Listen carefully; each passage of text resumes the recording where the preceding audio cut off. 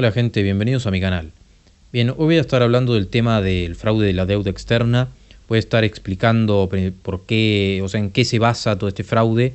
Y al final voy a tomarme unos minutos para explicar por qué toda la gente del sector Provida debería entender esta cuestión, debería involucrarse y para que, o sea, lo que voy a estar haciendo en este video es hacer un resumen bastante básico, pero voy a estar dejando en la caja de descripción la mayoría de las fuentes que utilicé. Entre esas fuentes hay un libro y hay varios videos. Esas fuentes son principalmente de Alejandro Olmos, padre, y de Alejandro Olmos Gaona, el hijo. Alejandro Olmos investigó todo lo que es el tema deuda prácticamente desde el 83 hasta el 2000. Realizó una investigación, entró todo eso en un juicio y hubo un fallo judicial en el 2000 que terminó demostrando que la deuda externa argentina tiene cuestiones ilegales. O sea, esto no es una rabieta de zurdos que se quieren atrincherar en su sótano y no quieren pagarle a los tipos serios de afuera, sino que es algo que tiene validez judicial y que de hecho ya está demostrado. Lo que sucedió en ese momento con ese fallo es que hacía falta que se elevara, digamos, o que se oficializara en el Congreso, cosa que nunca se hizo porque, bueno, les diputades indecises están tan indecises que llevan 20 años casi sin tocar todo ese tema. Por otro lado también, bueno, Alejandro Olmos padre muere en el año 2000 y la tarea la continúa Alejandro Olmos Gaona hijo, que es historiador. Y bueno, les voy a estar recomendando varias veces que chequen las fuentes que están en la caja de descripción porque tienen una objetividad muy buena, muy necesaria y que no es muy común, así que es muy recomendable. Y digo que le va a importar al sector Provida porque van a ir notando cómo hay una hipocresía. A medida que vean la información van a ir notando la hipocresía que hay en ciertos sectores, ¿no? Que dicen que ellos son los que se encargan de la gente pobre, de las mujeres pobres. Van a ver que hay una enorme contradicción en eso que les va a quedar muy clara. Bien, una de las primeras cosas que tenemos que entender es que si bien la deuda externa de Argentina existe prácticamente, o sea, siempre hubo préstamos, siempre hubo empréstitos, siempre hubo idas y vueltas con ciertos países que tenían intereses como Gran Bretaña, que nunca nos favorecieron mucho, que digamos, pero el tema de la deuda externa afectándonos como nos afecta hasta el día de hoy, empieza desde el 76 con la dictadura o con el proceso, o como sea que ustedes le quieran llamar. O sea que antes de eso hay situaciones en las que la deuda crece un poco más, baja un poco, pero lo que nos importa es del 76 en adelante. Sabemos que en ese momento ya de por sí hay una cosa que es cuestionable y que, o sea, alrededor de eso está el concepto en derecho internacional de la deuda odiosa, que tiene que ver con que el gobierno que estaba en ese momento era un gobierno de facto, que llega al poder mediante un golpe militar, no era del todo legal, y eso significa que bueno, justamente está este concepto de deuda odiosa, que significa que eso ya de por sí es cuestionable. Pero aún así, también hay muchos otros detalles que se realizan ya cuando ese gobierno está en el poder, que también lo hacen ser todo muy cuestionable. En ese momento, o sea, se venía teniendo hasta antes del 76 una deuda que rondaba los 8.000 millones de dólares. Y a partir del 76 en adelante crece la deuda y la terminan dejando en aproximadamente 40.000 o 45.000 millones. Claramente ahí podemos notar que hay un crecimiento muy grande. Ese crecimiento de la deuda no necesariamente tenía que ver con la necesidad soberana que puede tener un país de endeudarse para invertir en cosas que realmente lo hagan crecer. Porque además, otra cosa que quiero dejar claro es que uno no está en contra del concepto de endeudamiento en sí. O sea, si vos te endeudás para realmente invertir en cosas que favorecen al país y que mejoran las cosas en general y después tenés una planificación para poder devolverlo, todo eso tiene sentido. El punto es que Argentina en ese momento se endeuda y no lleva esa planificación, no lleva buenos registros. Bueno, se cometen un montón de cuestiones que ahora vamos a estar explicando y como dije no responde a una necesidad soberana. Más bien a lo que respondía era a que todos estos tipos serios de la banca internacional necesitaba, o sea, en el contexto internacional había abundancia de petrodólares, había un exceso de dólares, básicamente por el contexto internacional con todo lo que tiene que ver con el petróleo y demás. Eso lo pueden buscar ustedes, van a ver que sucedía ese contexto, esa coyuntura, y entonces lo que termina sucediendo es que estos tipos serios de la banca internacional necesitaban meter toda esa plata en algún lado para que no tuvieran una crisis económica. Y entonces lo que hacen es poner toda esa plata en los países del tercer mundo o en vías de desarrollo, entre los cuales estaba Argentina, y también había otros varios países de Latinoamérica o Hispanoamérica, como sea que tengan ganas de decirle. Por eso es que esta situación de la deuda externa siendo ilegal y demás, no solo es de Argentina, sino que se repite en varios países al mismo tiempo, especialmente en los de América y demás. Entonces, ¿qué se puede decir alrededor de todo este tema? Bueno, que como el gobierno, o más bien todo lo que era el programa económico del gobierno militar en ese momento, tenía un discurso que era bastante parecido al que ahora tiene Macri, o incluso algunos liberales que dicen este tipo de cosas, ¿no? Como de que, bueno, hay que volver al mundo porque el mundo tiene tipos serios y nosotros tenemos que imitar esos tipos serios. Entonces, lo que se hacía era, bueno, someterse a esa necesidad que había de la banca internacional sin tener una planificación y demás, y entonces vino toda esa deuda, ¿no? Otra cosa que también tenemos que saber es que las personas que estaban manejando todo el tema deuda, bueno, todo el tema económico en ese momento, eran tanto Martínez de Oz, principalmente Martínez de Oz, que si no me equivoco era el ministro de Economía, y también estaba Guillermo Klein, que ya les digo porque desempeñaba un cargo en una secretaría, que ahora les voy a estar diciendo cuál era la Secretaría de Estado de Coordinación y Programación Económica, ¿no? No pretenderán ustedes que me acuerde de todo ese largo nombre, así que lo tuve que ver, pero bueno, la cuestión es de que ya de por sí otra cosa que es cuestionable, ¿no? Porque bueno, estos sujetos tenían sus vueltas, es que este muchacho Klein no solo que desempeñaba ese cargo de funcionario, sino que al mismo tiempo manejaba un estudio en el que asesoraba a bancos internacionales con los que Argentina al mismo tiempo se endeudaba. Entonces, dicho de otra manera, el tipo sacaba un beneficio individual, propio, y hasta tal punto sacó un beneficio individual y propio que el tipo antes de hacer ese cargo de funcionario del Estado en esa secretaría tenía 2 bancos a los que asesoraba, y una vez que llega a ese otro cargo termina con 22 bancos. Entonces claramente el tipo saca un beneficio propio, y eso dentro de todo lo que es el derecho y qué sé yo es muy cuestionable. Tal vez la gente no lo tiene así bien claro, bueno, qué es lo cuestionable, pero es cuestionable, es legalmente cuestionable, porque el tipo se está beneficiando en base a asesorar de qué, o sea, en base a manejar las cuestiones del Estado, quién sabe de qué manera, y en base a asesorar quién sabe de qué forma, ¿no? Además, otro tema que es bastante cuestionable es el hecho de que Klein,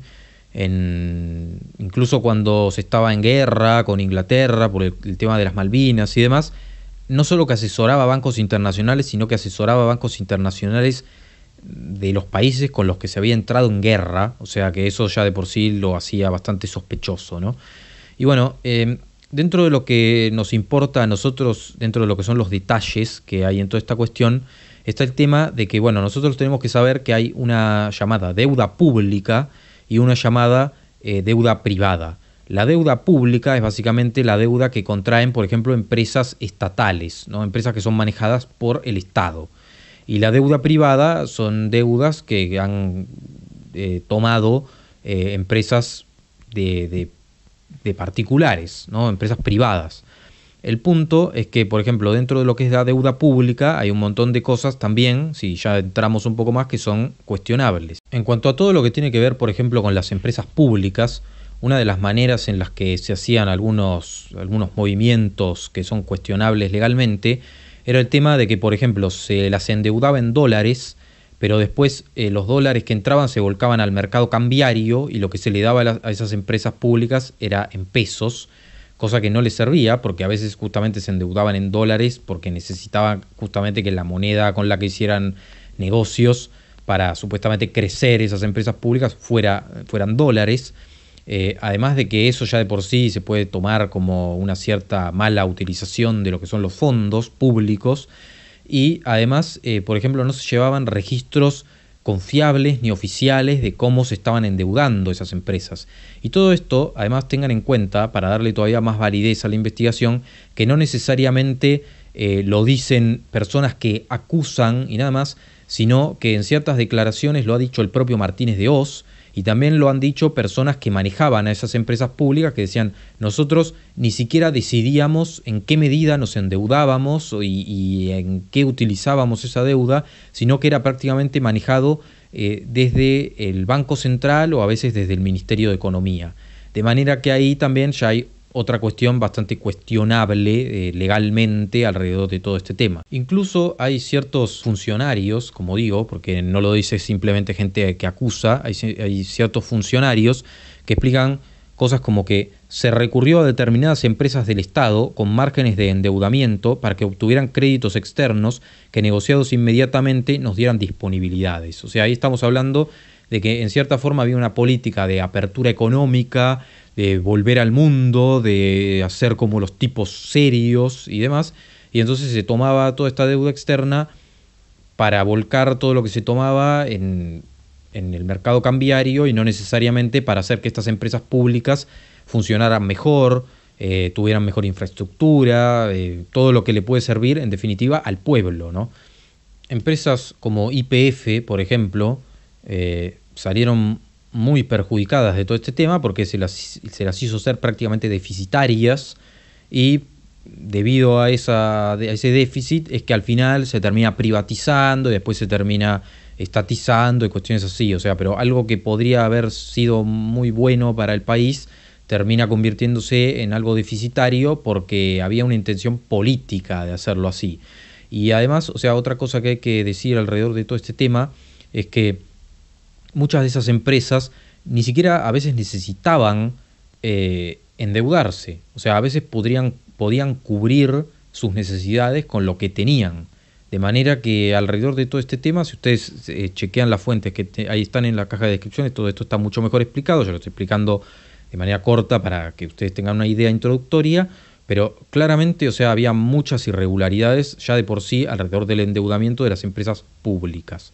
Ahora también expliquemos qué era lo que pasaba con las empresas privadas, porque está el proceso de estatización de deudas privadas, que también es otra cuestión. Si no me equivoco, se empieza a hacer desde el año 81, cuando, si no me equivoco, asume como presidente del Banco Central Cavallo. Cavallo es uno de los otro de los miembros o sea, ya mencionamos a Martínez de Hoz, mencionamos a Klein, y Cavallo lo que tiene de particular es que sigue, ¿no? O sea, estaba en la época de la dictadura, después sigue, por ejemplo, aparece con Menem, incluso está después con De la Rúa, e incluso ahora anda por ahí dando consejos de cómo tenían que ser las cosas. Y otro de esos personajes que andaban por ahí dando consejos y demás era Machinea, que también fue importante en todo lo que es el tema estatización de deuda privada. Así que vamos a explicar ese proceso de la estatización.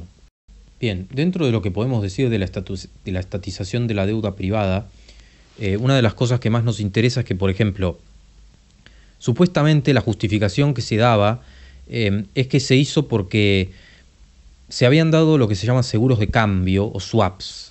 Y eso lo que significa es que las empresas se habían endeudado con una moneda y querían garantizarse que con la inestabilidad de la correspondencia entre peso y dólar, o sea, lo que se intentaba hacer era asegurarse que ni el prestamista ni la empresa supuestamente salieran perdiendo, o al menos así lo entiendo yo. Entonces lo que pasaba era que se dieron esos seguros de cambio, y al final, producto de eso, es que Martínez de Hoz termina diciendo de que posiblemente por ese motivo es que se terminaron estatizando las deudas de las empresas privadas.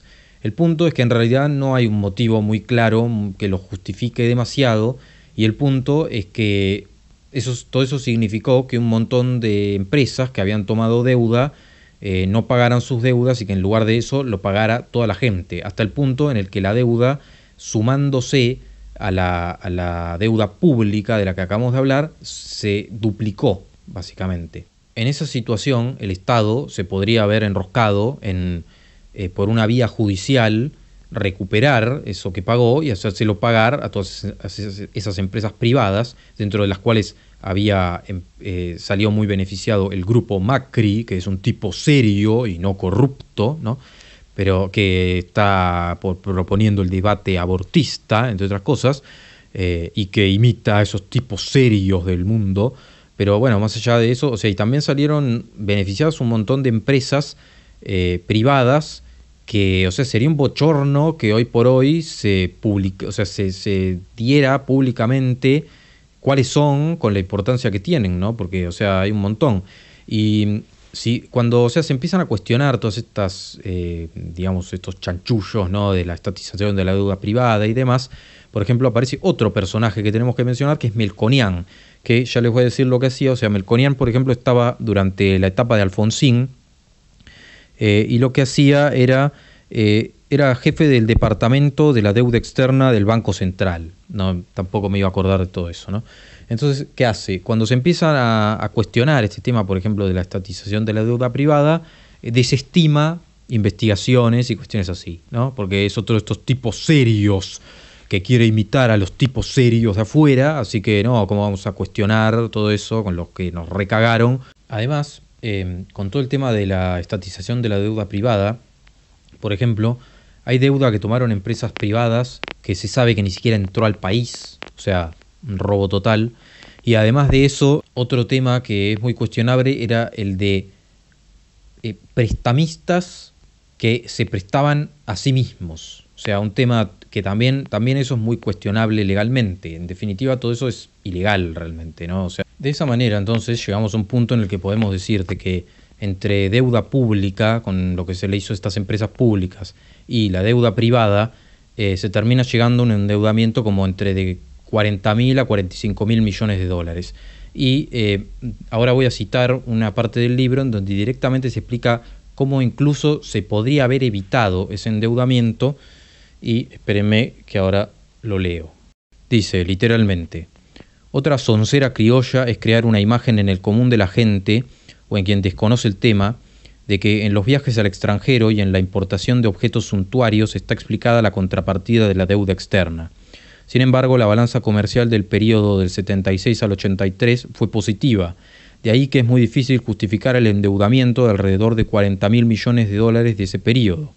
Desde el punto de vista de la balanza de pagos nacional, las causas hay que buscarlas dentro del rubro servicios y transferencias, y en el movimiento de capitales autónomos no compensatorios, tal como surgen de las pericias, y en especial de los informes de los doctores Enrique García Vázquez y José de Gesa, donde se demuestra que con solo los movimientos originados en la balanza comercial resultaba suficiente para no endeudarnos.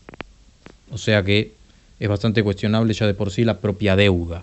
Además de que, como ya dijimos varias veces, no se llevaban registros confiables, de manera que simplemente se respondía o sea, se empieza a responder a los simples avisos de vencimiento que llegan del exterior, sin el propio país llevar un registro confiable de cuánto debe. El FMI, además, obviamente ya estaba por esa época, y también tiene responsabilidad, porque el FMI sabía perfectamente, cómo se estaba dando todo ese proceso y no tomaba partido por decir, no, como esto es, no tomaba partido por la situación de decir, no, bueno, como es un gobierno ilegal, todo esto es cuestionable, sino que simplemente seguía la corriente. De manera que, como vemos, estos tipos serios de afuera tampoco son tan serios, ¿no? O sea, ven que sus intereses se pueden ver beneficiados y le dan para adelante. Otra de las cosas que se inaugura ya desde el momento de la dictadura y en relación a lo económico y que sigue todavía hasta el día de hoy es lo de dar la prórroga a tribunales extranjeros, ¿no? En jurisdicción extranjera alrededor de todo este tema económico.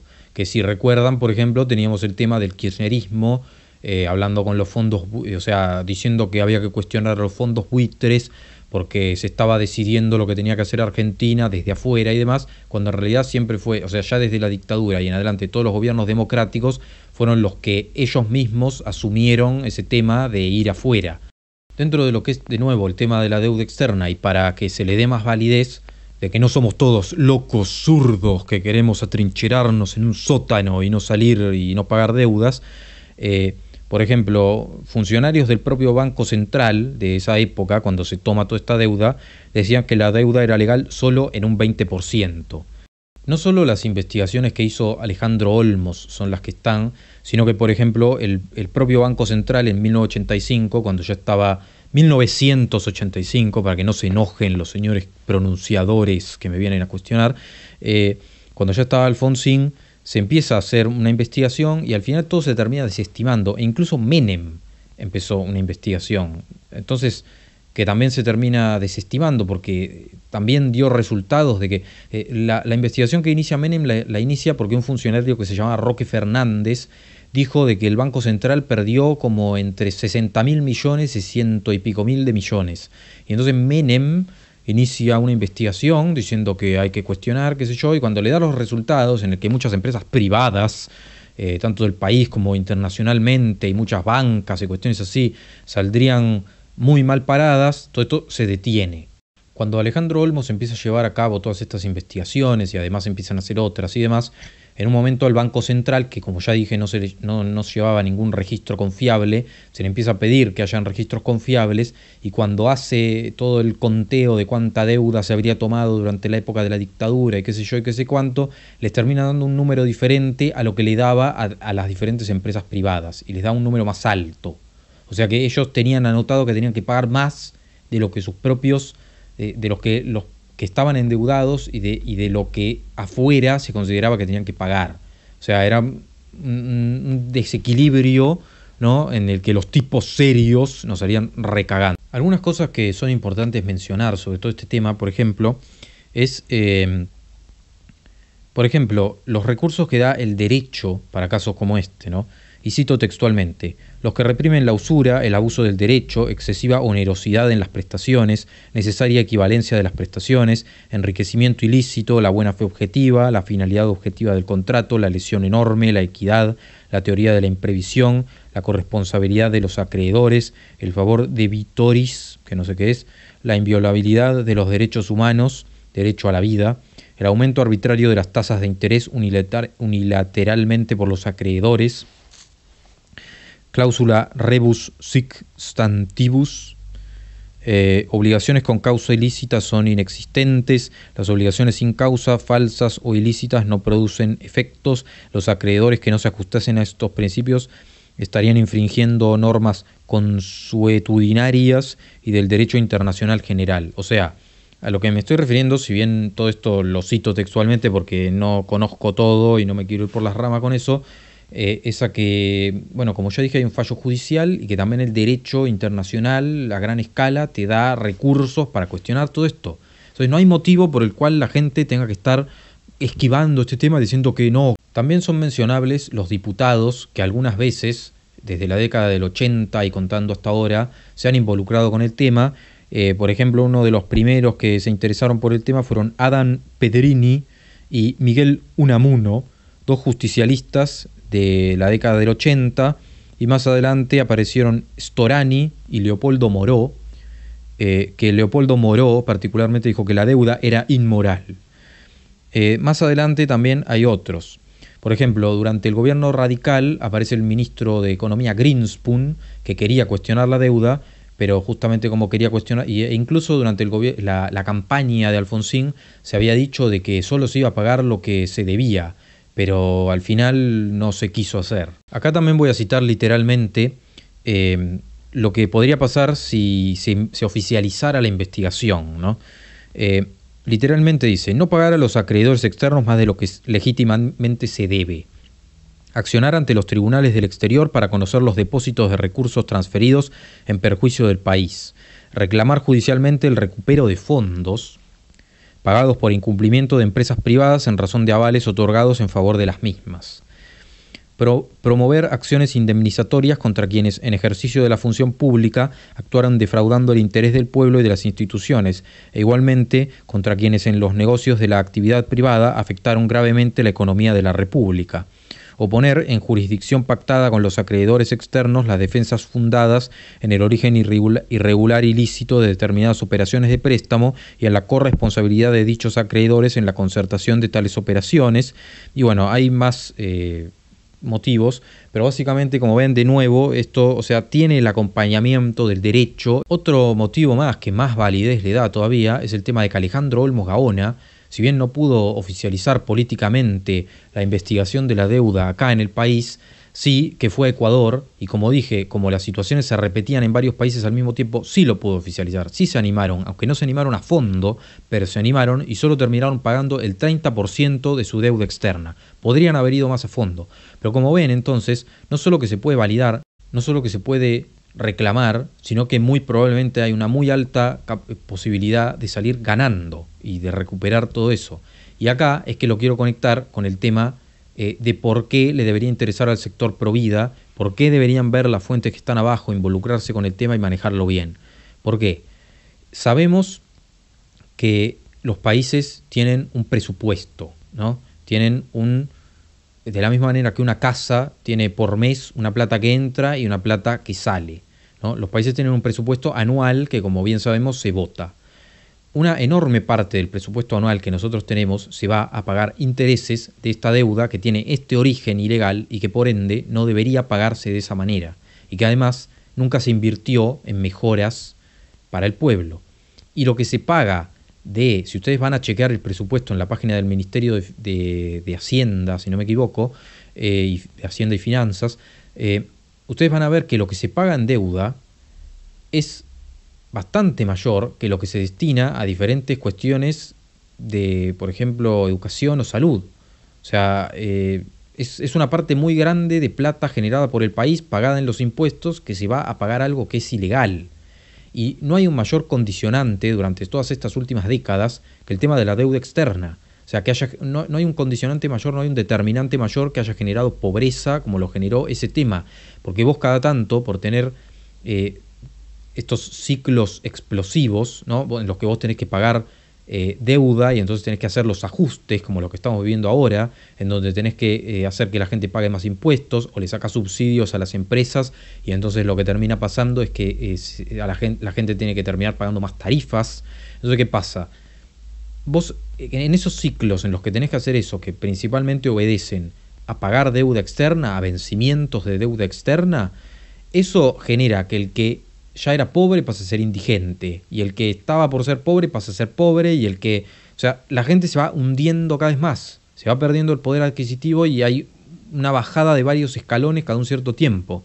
Entonces, no hay un motivo que haya generado más pobreza que ese tema de la deuda externa, porque es un tema estructural, va más allá que lo que se hayan robado durante el kirchnerismo y demás, es un tema mucho más profundo, está mucho más en la raíz de cómo se gobierna y que ha sido transversal a todas las formas de gobierno, a todas las ideologías que han tomado el poder.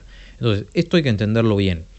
Las personas pro aborto que dicen sufrir en carne propia, cuando a la mujer no le queda otra, la mujer pobre no le queda otra que ir a abortar, pero que después alardean de votar a los radicales, a los kirchneristas, Alberto Fernández ahora en las próximas elecciones, o incluso algunas personas que no entienden mucho dónde están paradas y que quieren votar al propio Macri, ¿sí?